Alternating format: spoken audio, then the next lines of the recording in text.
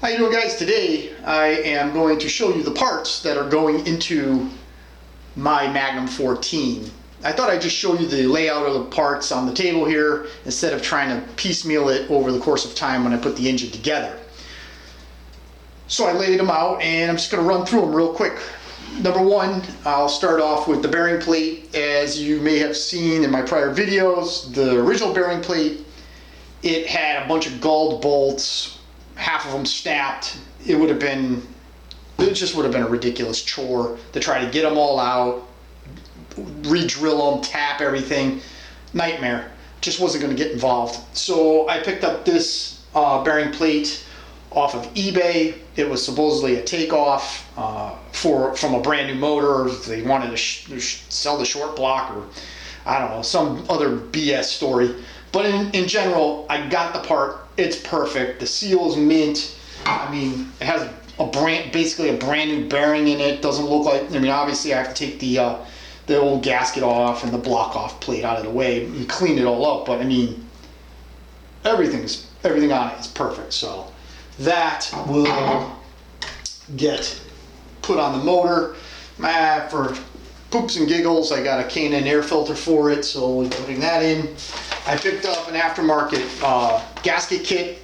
I've used these in the past. They're fine. The only thing you have to be careful of when you buy them off of eBay, make sure it's for the Magnum motor and not for like a 14 horse. Because if you put like K321 or 14 horse, you get like all these different gasket kits that come up, but you have to make sure that you have one for the Magnum motor, because I learned the hard way, the bearing plate gaskets are different. So if you buy a K-Series gasket kit, comes with the K-Series bearing plate gaskets, well, they don't work with the Magnum motor.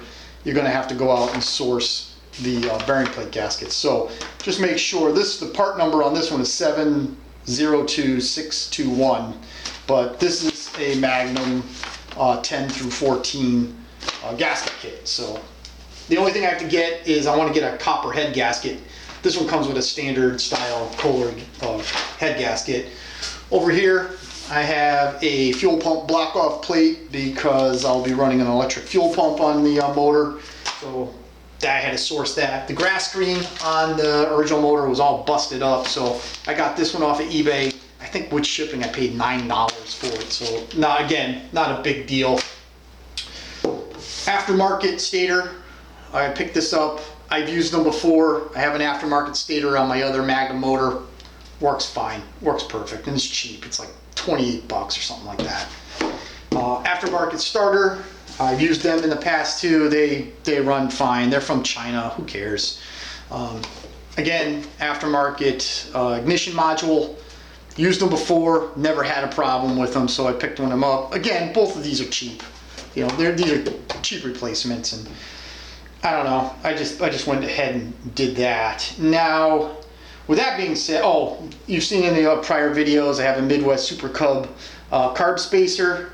I haven't picked out the carburetor that I'm going to use yet. I'm still working on that. I don't know if I want to modify an original Kohler piece or if I want to just go ahead and get one of the aftermarket puller style carburetors. They're all bored out already. I'll make that decision shortly. Picked up this Midwest Super Cub exhaust flange so I can make my own exhaust. It was brand new, but I got it off of eBay from a guy who had bought it from Midwest, so I got it for about 10 bucks cheaper than what it would have been through Midwest. So from there, now it's really kind of like the cruxy pieces, the pieces that make a big difference in my mind. I picked up a billet rod. This is a Zach Kerber rod, stock length, standard bore. It does have the bearing inserts in it. His rods come with the little ice pick dipper. So I upgraded the rod to a billet rod. Real nice piece, fits together real nice. Beautiful, beautiful looking piece. I'm looking forward to putting that together. I am reusing the original piston because it's a Maul piston, but I got replacement pins, piston retainer pins. So cheap. Standard ring set for a Maul piston. Going to use those. I did get, that's my aftermarket cam. I got it from Hackman Cams. It's a welded reground unit, good for 4,000 RPM. Got a valve spring kit for it, good to 4,000 RPM. I did pick up a set of stock, NOS lifters for it, so we'll have brand new lifters on a brand new camshaft. I also picked up cheap a brand new cam pin, so that's going to be replaced. Obviously, brand new valves. I've already lapped them all in and everything to that effect. So in a nutshell, that's the layout of the motor. Pretty much every single thing will be replaced except for the crankshaft internally. It's got new cam, new springs, keepers, valves, pin.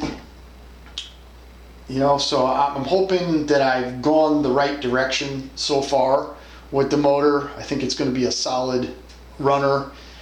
I do have to get a couple more things, like I said, a carburetor, and I want to get a copper head gasket.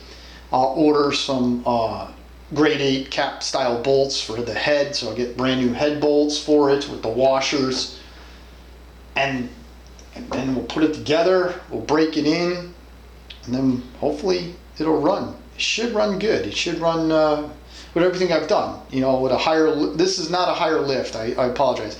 It's a longer duration camshaft than stock. So with the port, the polish, the longer duration cam, brand new valves, brand new lifters, brand new ignition. It should be a runner. It should run really, and then can't forget a little stronger rod, so it could take a little bit more. I think I'm semi-ass heading down the right path.